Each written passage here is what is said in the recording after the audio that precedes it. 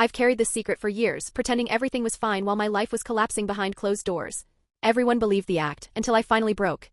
I don't know if I'm confessing or exposing. All I know is nothing will ever be the same.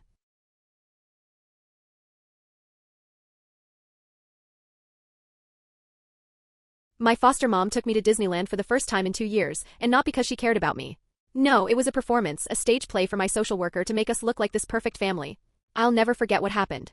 When I called her mom without being told, she smiled, leaned down and whispered, "You're a good kid. You know that?" That moment stuck with me. For a split second, I believed her. But the next day, when I asked if I could see the photos, she waved me off. "My phone's dead," she said flatly. I stayed quiet, but inside something broke. That was 3 years ago. And yesterday? She saw a name on the court docket, froze, and I swear her entire face drained of color. I was 11 when Janet, my foster mom, handed me a Mickey Mouse t-shirt and said, "We're going to Disneyland tomorrow. Act like you love me." Why? Because the social worker, Ms. Williams, was coming for our annual review. Janet had 3 foster kids.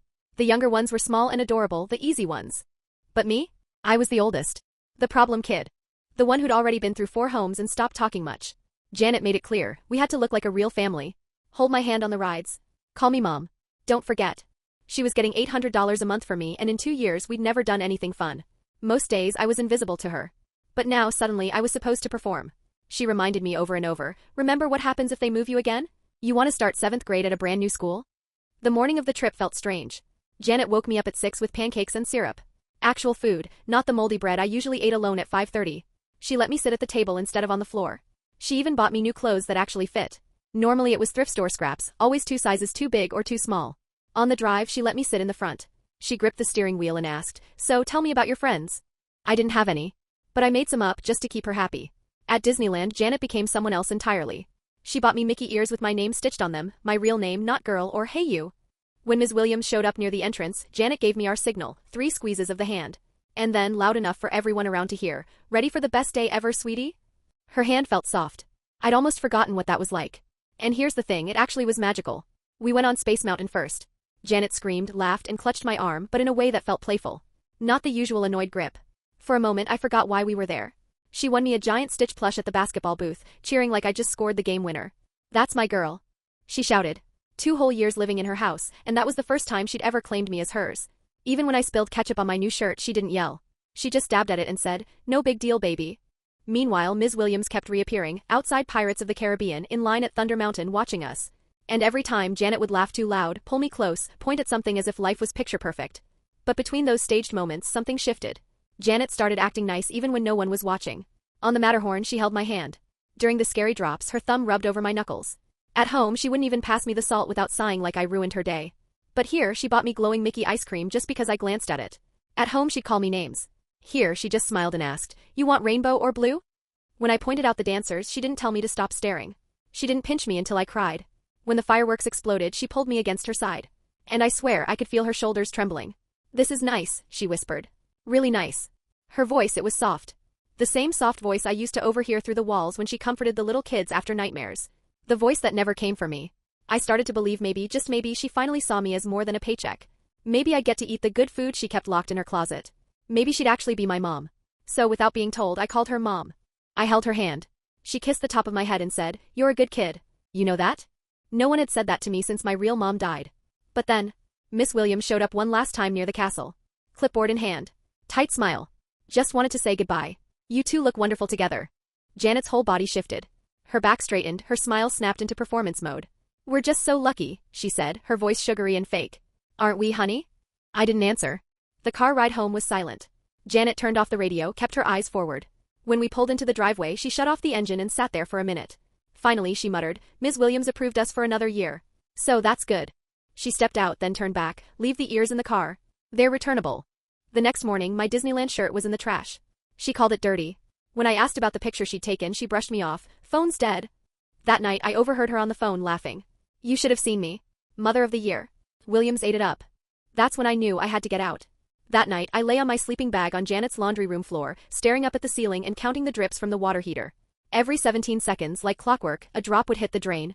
The sound echoed in that damp little room, and with each drip, the thin fabric under my back gave way to the cold concrete pressing into my spine. My Disneyland shirt was already gone, tossed into the trash like it never mattered. But I'd been careful. I'd slipped the receipt out of Janet's purse when she wasn't looking and tucked it into my pillowcase. My proof.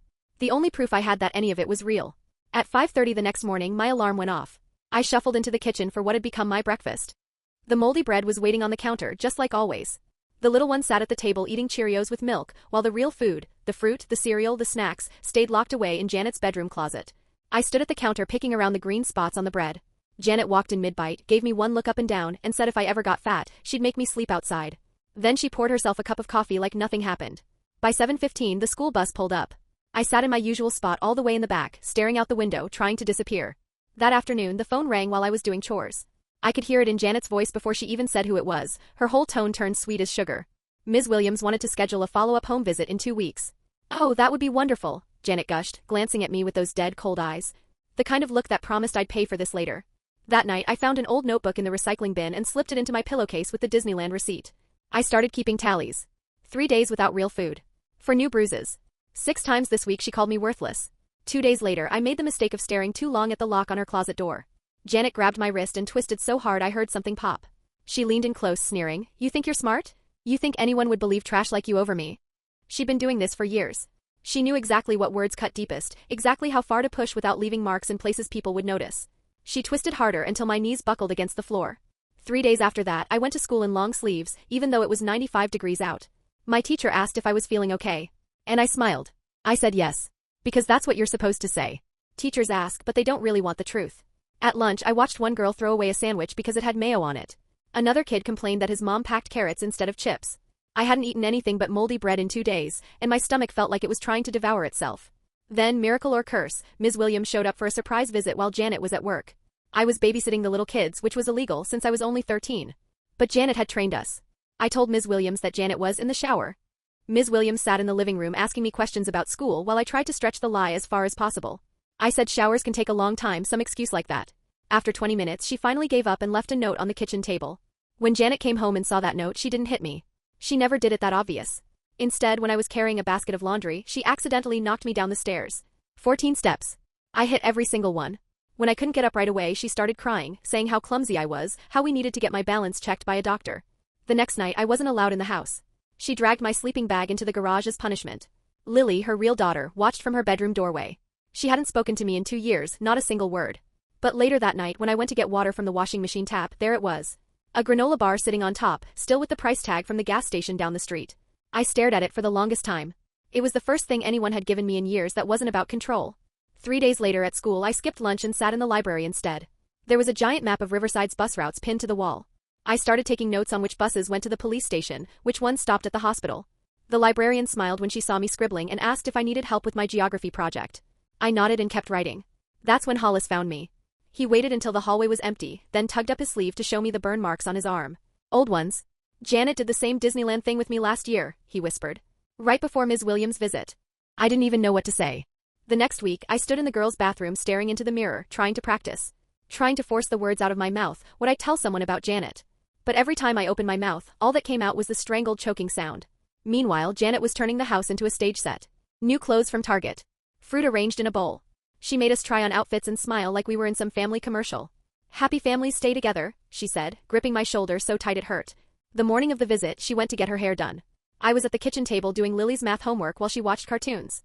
Then the doorbell rang. Ms. Williams stood there with her clipboard, looking confused that Janet wasn't home. I told her Janet would be back soon and offered her water while Lily just sat silently on the couch. Ms. Williams walked around, jotting notes. She paused when she saw the locks on Janet's closet door. She didn't say anything, but I could tell she noticed. Janet rushed in 20 minutes later, laughing like nothing was wrong, spinning some story about sisterly bonding time. But I saw Ms. Williams' eyes narrow when I flinched away as Janet tried to pat my head. After she left, Lily followed me into the bathroom, closed the door, and whispered the first word she'd spoken to me in years. She said Janet had fostered 3 other kids before me. All of them were removed, but somehow Janet always got them back. And they never came back to her house again. 2 nights later I was digging through the garage for a blanket without holes when I found it, a plastic bin hidden behind old boxes. Inside were newspaper clippings from the press enterprise. Headlines about Janet being cleared of abuse charges. Investigations finding no evidence. 3 different kids over 5 years. Every article read the same, lack of proof. Hollis found me staring at them. He lifted his shirt this time, showing the scars crisscrossing his back. She's smart about it, he told me. She knows where to hit, when to hit. She's got friends at CPS. That's why nothing ever sticks. That night I lay awake doing math in my head. 2 years. $800 a month. $19,200. Just for me. And all I had to show for it? 3 shirts, 2 pairs of pants from Goodwill and moldy bread for breakfast. The numbers hurt worse than hunger ever did. 3 days later, Mrs. Rodriguez called me down to her office during second period math. I remember dragging my feet the whole way down that empty hallway buying time because I already knew where this was going. I sat in the hard plastic chair across from her desk while she typed something on her computer. Then she looked up, pushed her glasses up her nose and said, "You've been marked late 17 times this month. But you live closer than almost anyone else. What's going on?" She wasn't wrong. I wasn't actually late. I'd sit out on the curb every morning until the very last second before the bell. Because walking inside meant 8 hours of pretending everything was fine before going right back to Janet's house. Mrs. Rodriguez leaned forward, her voice softer now. She asked if everything was okay at home. And for once it sounded real. Like she actually wanted to know, not just checking a box on some form. I opened my mouth. I wanted to tell her everything. But then I remembered what happened to the last kid who told. So I shrugged and said I was just bad at waking up early. 2 weeks later, Ms. Williams showed up again. Only this time she didn't come alone, she brought her supervisor. And they came on a Saturday morning without calling first. Somehow, Janet must have had a sixth sense. The house was spotless, like she'd known they were coming. Chocolate chip cookies in the oven, Hollis and the little ones sitting at the table doing homework, even though it was Saturday. And me? I was wearing brand new clothes from yesterday's Target trip, the tag still hidden inside. Janet beamed, offered them coffee, slipped her arm around my shoulders. And I smiled so hard my face hurt, because my life literally depended on keeping that act believable. They stayed for 2 hours, asking about school, about friends, about activities. But Janet had already drilled the answers into us the night before. Every question had a right response, and every wrong one came with threats about what would happen. When they finally left, Janet's whole body switched, like someone flipped a light. She stood up, gave this smug little grin and said, "I did good." Then she grabbed my arm, dragged me to the garage, shoved me inside and locked the door. I spent 2 full days in there. No food. No water. No bathroom. Just me on the cold concrete, planning exactly how I'd run away, where I'd go, how I'd survive. On Sunday morning while Janet was at church, Lily slipped a juice box and some crackers under the garage door. Whispered "I'm sorry" through the crack. Said maybe after she graduated she could do something. But her voice broke off before she finished, and then her footsteps ran away. Monday morning, Janet let me out just 5 minutes before school. My legs barely worked after 2 days sitting on the floor. At school, the nurse pulled me in for the mandatory scoliosis check. When I lifted my shirt, she froze. Bruises all over my ribs. She asked what happened and I lied. I said I fell off my bike. I didn't even own a bike. She wrote it down, but her eyes stayed locked on my bony arms on the way my ribs stuck out. That afternoon, Janet started a new campaign. She told the neighbors I was disturbed. That I had serious mental problems. I even watched her scratch up her own arms in the bathroom mirror, then show the neighbors the marks, crying that I'd attacked her during an episode. She used that sad, trembling voice, saying she loved me, but it was so hard raising traumatized foster children who couldn't bond with normal families. The next day at lunch, Hollis pulled me aside. He told me Janet was building a case. Just like she did with another foster kid before me, a boy named David. He showed me a folder in the hall closet. A thick stack of fake reports Janet had typed herself, pages of incidents that never happened. Stories about me threatening the kids, breaking dishes, screaming at night. Later that week, Mrs. Rodriguez called me in again. This time, her face looked different. Like she was trying to piece together a puzzle. She said my foster mom was worried about me. Then she showed me an email from Janet listing warning signs. Things like self-harm, emotional instability. I rolled up my sleeves right there, showed her my arms, smooth, unmarked. But the doubt was already planted. I could see it in her eyes, she didn't know what to believe anymore. Friday afternoon, Ms. Williams pulled me out of PE.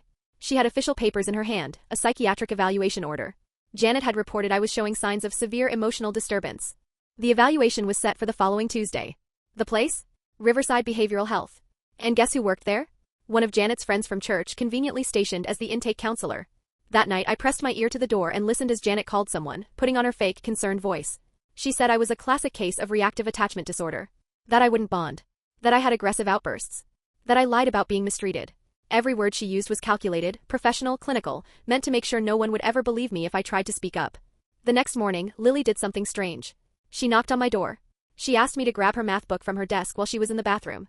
I went into her room, and her laptop was sitting open on the bed. Gmail pulled up. And right there, one subject line jumped out at me, making them look crazy. What works? My hands shook as I clicked. It was an email thread between Janet and 3 other foster parents. They were swapping tips. Talking about how to document behavioral problems that didn't exist.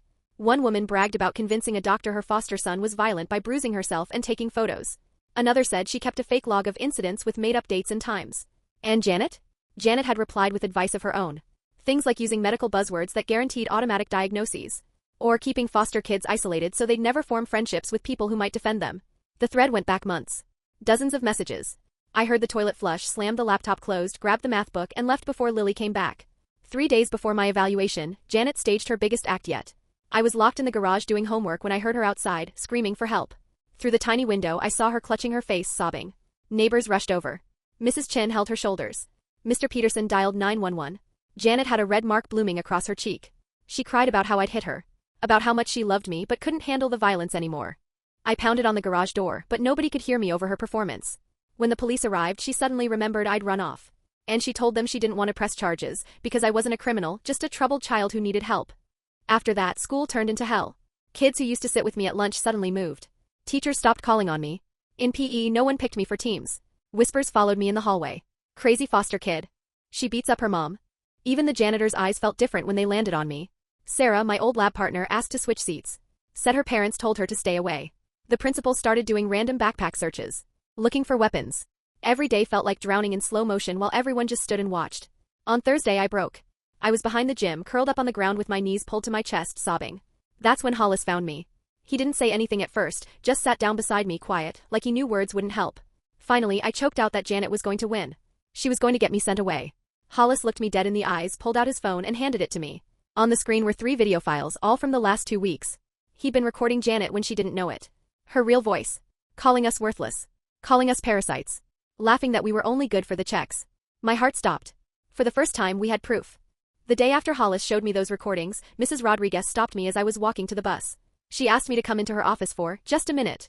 Once the door closed, she looked at me with this expression I'd never seen from an adult before. It wasn't suspicion. It wasn't pity. It was something closer to care. She said she'd been doing this job for 20 years. She knew when something wasn't right. And she knew Janet's type, the kind of foster parent who could fool the system with a smile and a plate of cookies. She told me, whatever's happening, you can tell me the truth. And I wanted to. God, I wanted to. But Janet had already poisoned the well, convinced everyone I was a liar. So I just shook my head and told her nothing. The morning of my psychiatric evaluation, Ms. Williams picked me up in her county car. She told me not to worry, that Dr. Brennan is one of the best child psychiatrists in the district. The office was in a tall downtown building. The waiting room smelled like Lysol. Dr. Brennan was an older man with glasses. He smiled politely, but the way his pen moved across his notepad made my skin crawl. Every question he asked was a trap. When did you start having violent thoughts? I said, I don't have violent thoughts. He scribbled something down and said, why are you being defensive? He asked, how often do you hurt yourself? I said, never. He tilted his head and asked if I was lying to avoid treatment. For 2 hours I felt like a mouse in a maze. No matter what I said, I was wrong. During a bathroom break, I walked past his office. His door was cracked. And that's when I heard it. He was on the phone. He said my name, then Janet's. He told someone I was showing all the signs she'd described, and that the diagnosis was pretty clear. That's when I knew. This whole thing? It wasn't an evaluation. It was a script, and Janet had written every line before I even walked in. Afterward, Lily picked me up. She barely said a word, just kept her eyes on the road. And that silence was scarier than anything. Finally, she said her mom was planning something big. She'd been talking to lawyers about making me a ward of the state, because I was too dangerous for a family home. The car suddenly felt like a coffin with the lid closing. That night, Ms. Williams called to check in. Janet had me sit beside her on the couch, phone on speaker. Janet cooed into the line, telling Ms. Williams how much she loved me, how she only wanted what was best. Meanwhile, her nails dug into my arm so hard I felt the skin break. I sat there, smiling through the pain, not daring to move. When the call ended, Hollis slipped into my room. He had more videos. Recordings of Janet screaming at us, calling us mistakes, parasites, worthless.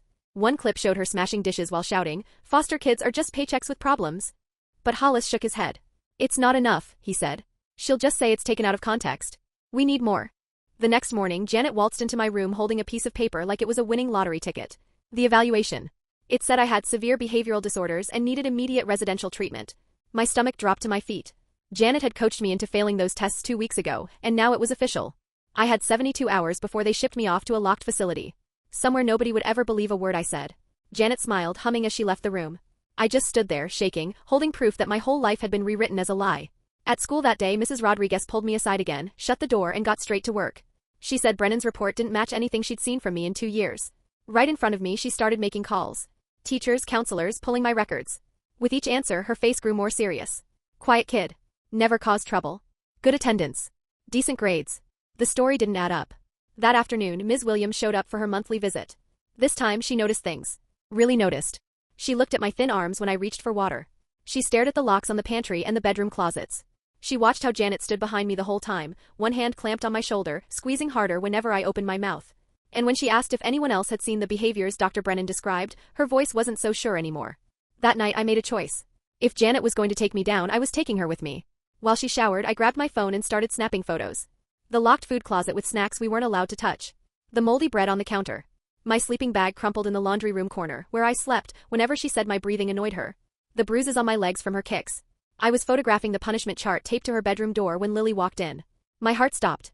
But instead of yelling, she pulled out her own phone. She opened her gallery. And what I saw made my knees weak. 2 years of evidence. Videos of Janet hitting Hollis. Photos of me sleeping in the garage during winter. Audio of Janet calling us worthless. Pictures of the locked fridge at night. Lily whispered, I was too scared to do anything. But if you're brave enough to fight back, I'll help. We sat on my bed comparing photos when Janet walked in. She saw the screens, her face cycling from shock to rage to something sharp and calculating. She sneered, nobody's going to believe 2 messed up kids over a respected foster mom who's been approved for 8 years. But this time, I saw something new in her eyes. Fear. She snatched both our phones, but Lily had already sent everything to her email. Then deleted the sent folder. That night, Hollis came in grinning like he'd been holding a royal flush. He told us he'd been smarter than all of us.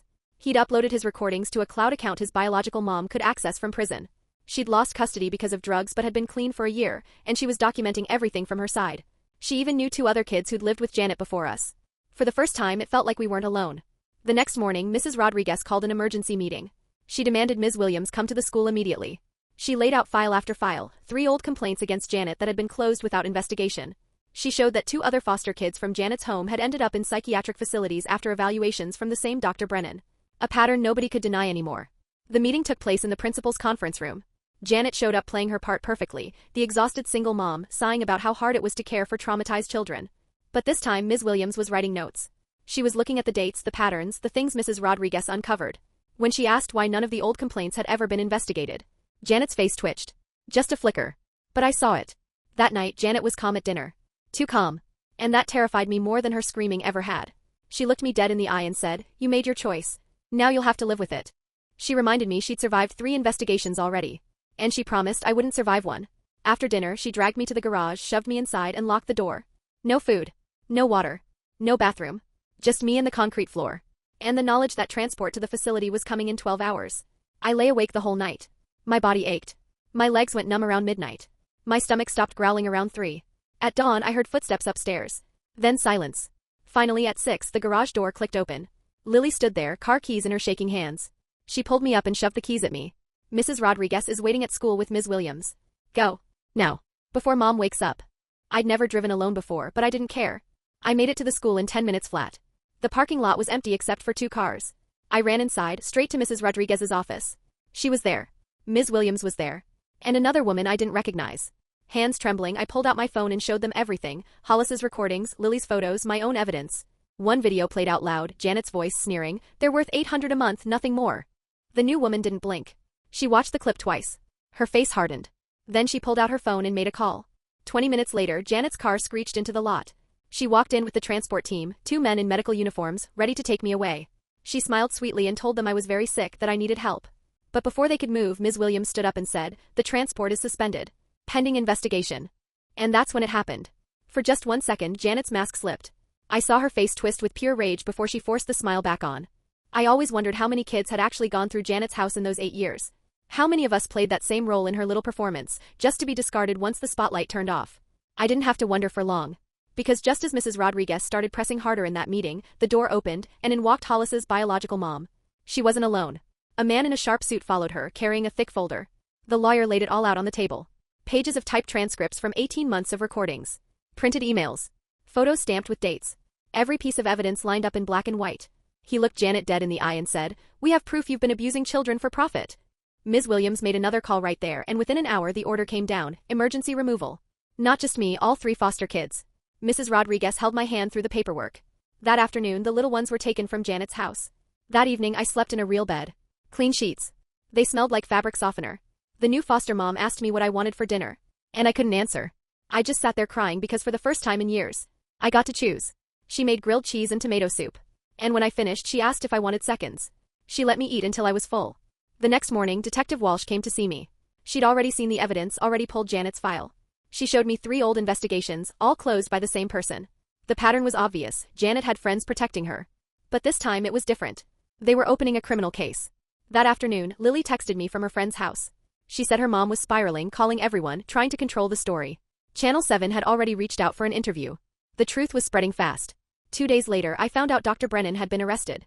Detective Walsh told me they'd uncovered proof. He'd been taking money from foster parents to write fake evaluations, labeling kids as unstable whenever the parents got reported for abuse.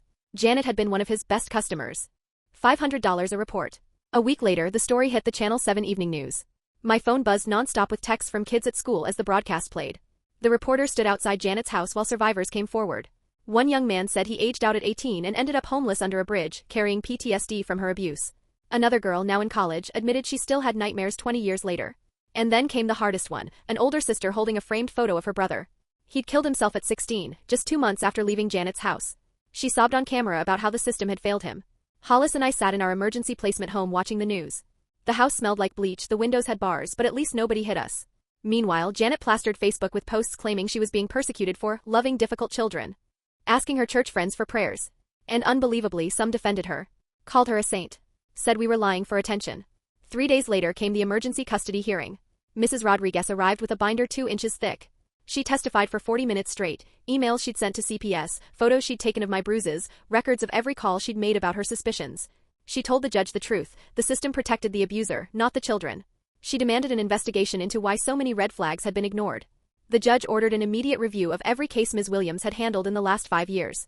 That same day, Ms. Williams was placed on administrative leave. After the hearing, she found me outside the courthouse. Mascara running down her cheeks, she grabbed my shoulders and sobbed, "I should have believed you. I should have looked harder. I'm so sorry." 2 days later, the detective called again. Janet's fraud went deeper than anyone thought. She'd been collecting checks for kids who weren't even living with her, sending them off to friends while she pocketed the money. One boy spent 3 months in a garage while Janet reported to the state that he was thriving under her care. 2 weeks later, Lily testified in a closed hearing. She brought journals she'd kept since she was 12, page after page documenting everything she'd seen. She told them she'd been too afraid to speak before, but she wouldn't stay silent anymore. Meanwhile, my new foster mom started teaching me how to cook. Spaghetti, scrambled eggs, grilled cheese. She told me I was too thin, that I needed to eat more, but she said it gently, kindly. She never locked the pantry. She never made me ask permission. Still, I checked the locks at night out of habit. But they were never locked. Then came the moment we'd all been waiting for. Janet was arrested on a Thursday morning. The photo of her in handcuffs hit the front page. She screamed at the cameras, insisting we were liars, that she was the victim. Her lawyer had to drag her into the police car while she yelled about conspiracies and persecution. The next week, Hollis's mom, clean and sober now, got custody back. When Hollis came to pack, he hugged me so tight I couldn't breathe. He whispered, "You did this. You saved everyone." But I knew the truth. We saved each other. And Lily saved us both by finally speaking up. At Janet's preliminary hearing, the numbers came out. 7 more kids had come forward. The prosecutor laid it bare. Janet had made over $200,000 by exploiting the foster care system and systematically abusing the most vulnerable kids. More kept surfacing. 3 additional survivors contacted the prosecutor's office after recognizing her pattern on the news. The Disneyland trips before evaluations. The sudden psychiatric diagnoses whenever kids complained. The exact same stories repeated over and over. One girl named Sarah still had an old phone with recordings saved for 5 years, waiting for someone to finally listen. The prosecutor gathered us together in a conference room. One by one, we compared notes. Realizing Janet hadn't just been cruel, she'd been running an operation. Detective Walsh dug deeper. What she found was worse. Janet wasn't working alone. There was an entire network of foster parents. A secret playbook. Screenshots from private Facebook groups showed them trading tips: how to discredit kids, which psychiatrists would rubber stamp diagnoses, which social workers would look the other way. And it wasn't just California. The FBI got involved when it turned out the network stretched across state lines: Nevada, Arizona, the same script playing out everywhere. Meanwhile, Lily moved in with her dad, the man who'd been fighting for her for 10 years. Janet had kept him away with lies, swearing he was dangerous. He showed me the court papers, the fabricated testimony. All of it, lies to keep him out of the picture. The news kept digging and more fraud surfaced. Janet had been collecting adoption subsidies for children she never adopted, filing fake paperwork with forged signatures. 8 years of fraud, now adding federal charges to her pile. At the next court hearing, Janet's lawyer tried to spin it. He called us troubled kids. Said we made up stories for attention. He even brought in a psychiatrist to talk about false memory syndrome, trying to plant doubt in the jury's minds. Then the prosecutor hit play on Hollis's recordings. The courtroom fell silent. Janet's voice filled the room, chilling, calculating. Bragging about how to break us down. How to make us grateful for scraps. How to keep us scared. Her laughter echoed as she explained her methods to another foster parent over the phone. When the tape ended, the judge ruled the recordings admissible. Janet's lawyer begged for a recess, but it was too late. The damage was done. That day, Hollis's mom sat in the gallery. After court, she filed a civil suit against the state. She had copies of every ignored complaint, every report dismissed by Janet's friends at CPS. Other biological parents joined her. Parents who'd lost their kids to the system, only for those kids to be placed with Janet and abused worse than before. For the first time, it felt like maybe, just maybe, the truth would finally win. After everything came out, Mrs. Rodriguez was promoted. She became the district coordinator for child welfare oversight, because she had been the only adult who actually fought for us when the system didn't. Her very first act? She made it mandatory that every foster home visit be recorded. No more closed-door meetings where kids could be threatened into silence. On the news, she said, no child should have to gather their own evidence of abuse. The system failed them by forcing children to prove what adults should have seen. And then, Ms. Williams finally broke. She testified about the pressure she was under. How they were trained to keep placement numbers up, to avoid moving kids even when it meant leaving them in danger. She admitted they were told to treat our complaints as adjustment issues, to assume we were lying or exaggerating, to protect foster parents who took difficult placements. Her voice cracked on the stand when she said, I should have listened to the literal children telling me they were being hurt. Meanwhile, Detective Walsh was quietly building a case against Janet's friend at CPS. And finally, she had enough. They arrested her. Turns out she'd been taking kickbacks for years. $500 for every favorable report. $1,000 for fast-tracking fraudulent paperwork. She was Janet's shield, and now that shield was gone. And with her gone, more evidence came pouring in. Bank records, emails, placement files that mapped out how kids had been shuffled around like chess pieces for profit. 2 months after that first hearing, Lily and I walked into the grand jury room together. We were shaking, but we held hands.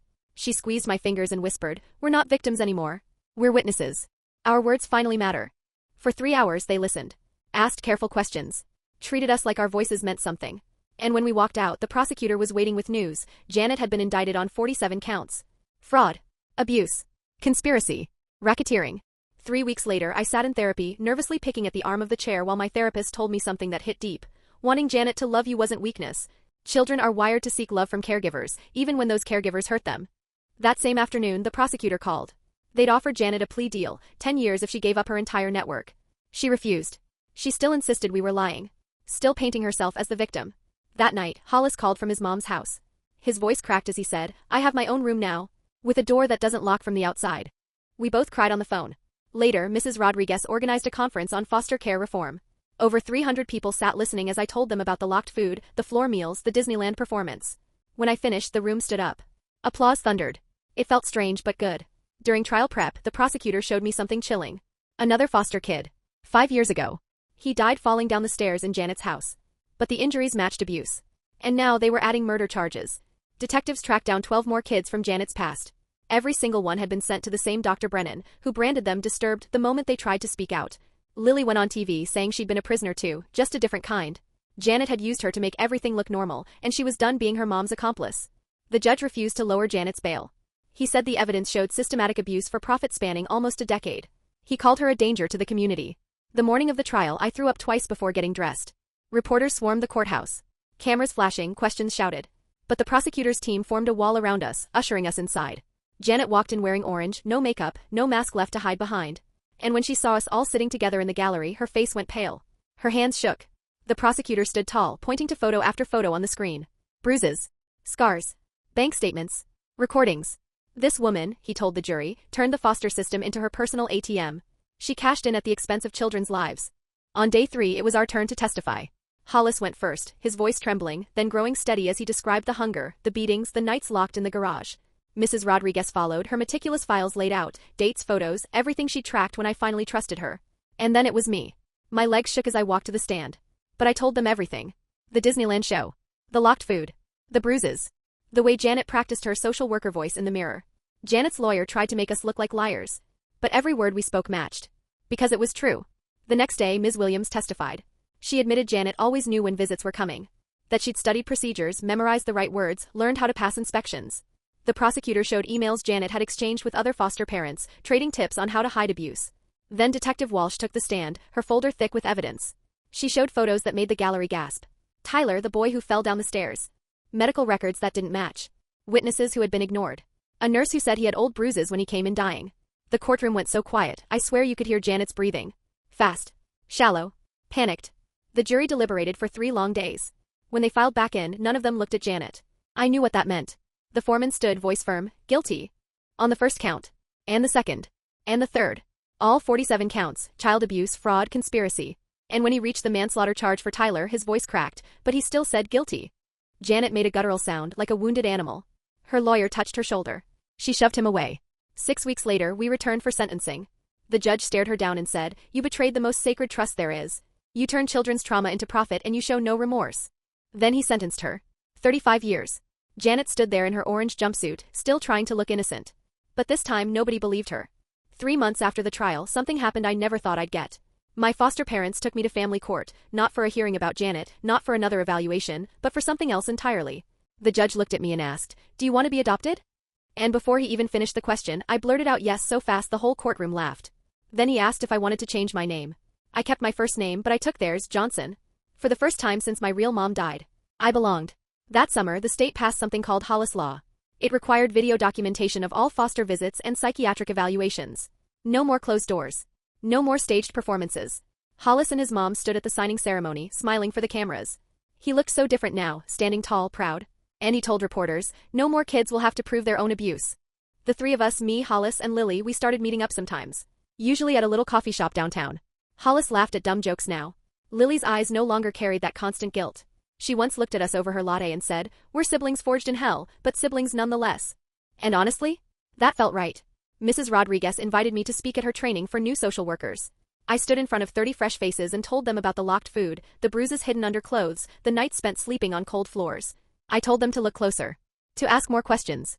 To notice when kids flinch, or when foster parents have answers that sound a little too perfect. Now I'm sitting in my real bedroom. Posters on the walls. A door that locks from the inside, not the outside. My adoptive mom brings me hot chocolate without me asking. She helps me with my homework. She never calls me names. I'm writing college essays about resilience, about what it means to survive and rebuild. Through my window, I see Lily pulling up in her car. She's taking me to get my learner's permit. My phone buzzes. It's Hollis texting about how his mom just landed a job at a nonprofit that helps foster kids. We're not just survivors anymore. We're family. The kind you choose. The kind you build. The kind you trust. We took all that pain and made something good out of it. The system failed us, but we didn't fail each other. And now? We're making sure it never fails the kids who come after us. If you enjoyed today's drama, just imagine what's waiting in the next one. Hit like, subscribe, and let's go find the next train wreck together. Thanks for watching.